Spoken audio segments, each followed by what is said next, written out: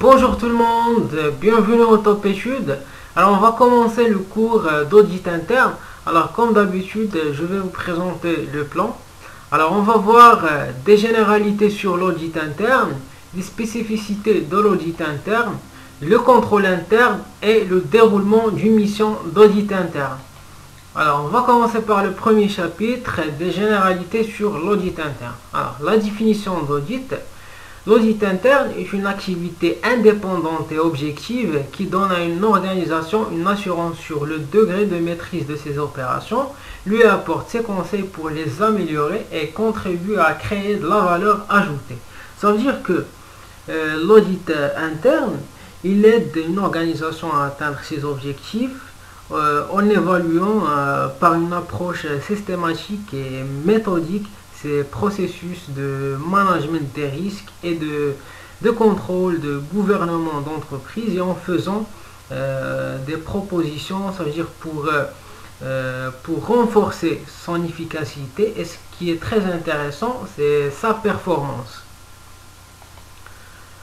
Alors, l'auditeur est appelé à donner une assurance et un conseil sur les plans suivants, c'est-à-dire sur la pertinence des objectifs, par rapport à la cohérence avec les finalités et la faisabilité, l'adéquation moyen-objectif, c'est ce qui concerne l'efficience d'économie de l'organisation, et aussi la coordination des activités, et aussi la bonne mise en œuvre des moyens, c'est par rapport à l'efficacité du pilotage et le suivi en termes de feedback et réaction, et aussi l'anticipation, et la qualité et la fiabilité des informations, c'est très intéressant, c'est pour la prise des bonnes décisions, et le respect des principes politiques,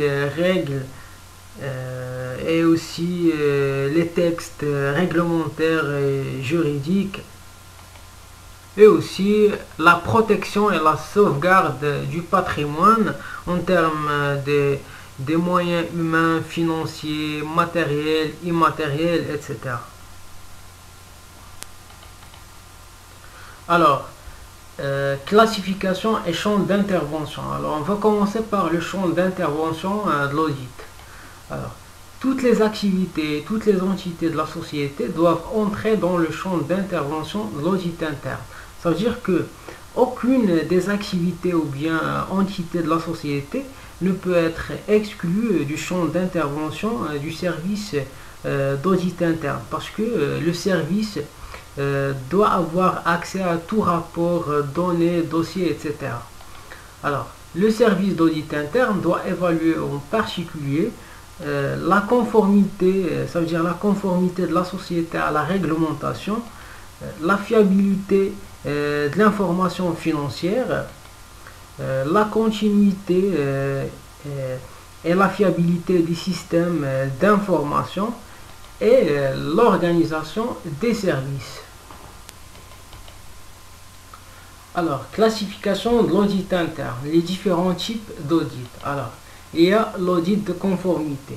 Alors, l'audit de conformité ou bien l'audit de régularité, il a pour but de contrôler l'application des règles internes ou externes, ça veut dire il vérifier la conformité à un référentiel préétabli, que ce soit des lois, des normes, des procédures. Il y a l'audit de performance ou bien l'audit d'efficacité. Alors il mesure les résultats et l'apprécie l'efficacité d'une fonction ou bien d'un processus. Et ce qui est très intéressant, c'est l'évaluation de la pertinence des objectifs. Il y a aussi l'audit de management. Alors son objectif est de savoir est-ce que la politique définie par le responsable audité est-elle conforme à la stratégie définie par l'entreprise.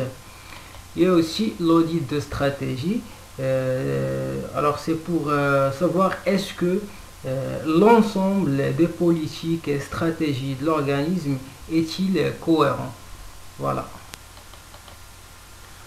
Alors, la position de la fonction d'audit interne par rapport à l'audit externe, à l'inspection, au contrôle interne et au contrôle de gestion. Alors, l'audit interne par rapport à l'audit externe ou bien au commissariat aux comptes. Alors, l'audit interne apparaît comme un objectif, c'est-à-dire son objectif principal est la maîtrise des activités ou bien les opérations de l'entreprise. Et pour l'audit externe, elle apparaît comme un moyen de certification des comptes, ça veut dire il certifie ou bien il sert à exprimer une opinion sur les comptes conformément au référentiel comptable utilisé. Alors, l'audit interne par rapport à l'inspection.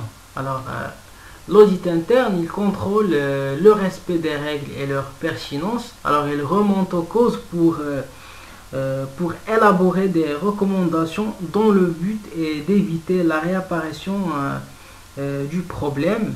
Alors, elle critique les systèmes et non les hommes, mais elle évalue le fonctionnement des systèmes. Alors, l'inspection, elle contrôle le respect des règles sans les interpréter et ni les remettre en cause. Alors, mais elle s'en tient au fait pour identifier les actions nécessaires pour les réparer et remettre en ordre. Alors, elle évalue le comportement des hommes, parfois leurs compétences et qualités. Alors, l'audit interne par rapport au contrôle de gestion. L'audit interne, il contrôle l'application des directives et la fiabilité des informations, c'est-à-dire les informations financières et l'adéquation des méthodes. Elle découvre les moyens organisationnels pour atteindre les objectifs. Et pour le contrôle de gestion, elle planifie et suit les opérations et leurs résultats. Alors, elle élabore les objectifs en appuyant sur des hypothèses explicites. Alors que l'audit interne, il peut s'appuyer sur la connaissance du contrôle de gestion pour élaborer un plan, ce qu'on appelle un plan d'audit. Alors, l'audit interne par rapport au contrôle interne. Alors, l'audit interne, c'est pour sécuriser, garantir et maîtriser les activités et les opérations de l'entreprise. Et le contrôle interne, c'est pour identifier les risques et les évaluer, ainsi que de proposer des recommandations pour gérer ces risques. Alors, l'audit interne est en quelque sorte le contrôle du contrôle interne. Ça veut dire que l'audit interne contrôle le contrôle interne.